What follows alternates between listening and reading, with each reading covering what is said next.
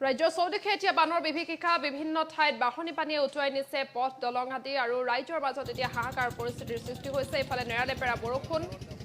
আমি দৃশ্য দেখুৱাইছো ৰাজ্যৰ বিভিন্ন প্ৰান্তৰ পৰা এতিয়া বানাক্ৰান্ত ৰাজ্যৰ মাজত হাহাকাৰ পৰিস্থিতি সমান্তৰালকৈ লক্ষীপুৰতো বানৰ এতিয়া সংসাৰী ৰূপ আমি লক্ষীপুৰৰ দৃশ্য দৰ্শকসকলক দেখুৱাইছো এনেদৰে পথৰ ওপৰেৰে বাগৰিছে পানী আৰু যাতায়াতৰ ক্ষেত্ৰত যথেষ্ট অসুবিধাৰ সন্মুখীন হৈছে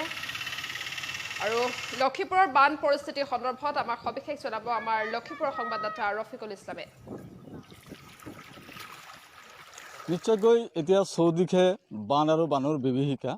বানে এক ভয়ংকৰ ৰূপ ধাৰণ কৰিছে গোৱালপাৰা জিলাৰ যি জলেশ্বৰ আছে জলেশ্বৰৰ বিস্তীৰ্ণ অঞ্চলত আমি জলেশ্বৰৰ কাটাৰীহাৰা যি কাটাৰীহাৰা গাঁও আছে সেই গাঁৱত উপস্থিত হৈছোঁ আৰু সেইখন গাঁৱৰ সামগ্ৰিক দৃশ্য মোৰ সতীৰ্থ আকৰাম খানে দেখুৱাব যে এয়া হৈছে বৰ্তমানৰ কাটাৰীহাৰা গাঁৱৰ দৃশ্য দেখিবলৈ পোৱা গৈছে বানপানীত বুৰ গৈছে সমগ্ৰ গাঁও যাৰ ফলত কিন্তু এক হাহাকাৰ পৰিস্থিতিৰ সৃষ্টি হৈছে ৰাজপথৰ ওপৰেৰে বাগৰিছে বানৰ পানী ফলত যাতায়াত আৰু যোগাযোগ ব্যৱস্থা সম্পূৰ্ণৰূপে ব্যাহত হোৱাৰ ফলত জনজীৱন কিন্তু ব্যাহত হৈ পৰিছে সমান্তৰালকৈ কিন্তু পশুধনক লৈ চৰম বিপদগ্ৰস্ত হৈ পৰিছে গয়াই ক'ব লাগিব যে এয়া যি বানৰ পানী এয়া আচলতে কোনো নৈ বা উপনৈৰ পানী নহয় কেইবাদিনৰ পৰা যি ধাৰাসাৰ বৰষুণ চলি আছে এই বৰষুণৰ ফলত কিন্তু এই সমগ্ৰ অঞ্চলত এক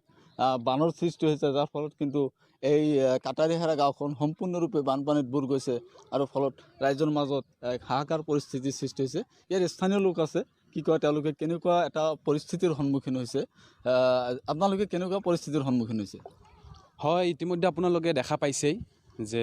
জলেশ্বৰ সমষ্টিত যেনেকুৱা ধৰণে বানপানীত ডুব গৈছে প্লাবিত হৈছে এই অঞ্চল মানে সাংঘাতিকভাৱে ক্ষতিগ্ৰস্ত হৈছে ইয়াৰ খেতিয়কসকলৰ পশু যিমান জীৱ জন্তু আছে এয়া সঁচাকৈ হতাশগ্ৰস্ত তথা বিভিন্ন ধৰণৰ মানে আতংকৰ সৃষ্টি হৈছে আমি জলেশ্বৰ সমষ্টিবাসী ৰাইজে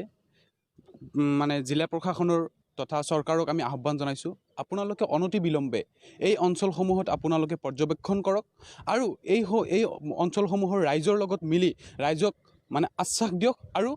তেখেতসকলক ৰিলিফ দিয়াৰ ব্যৱস্থা কৰক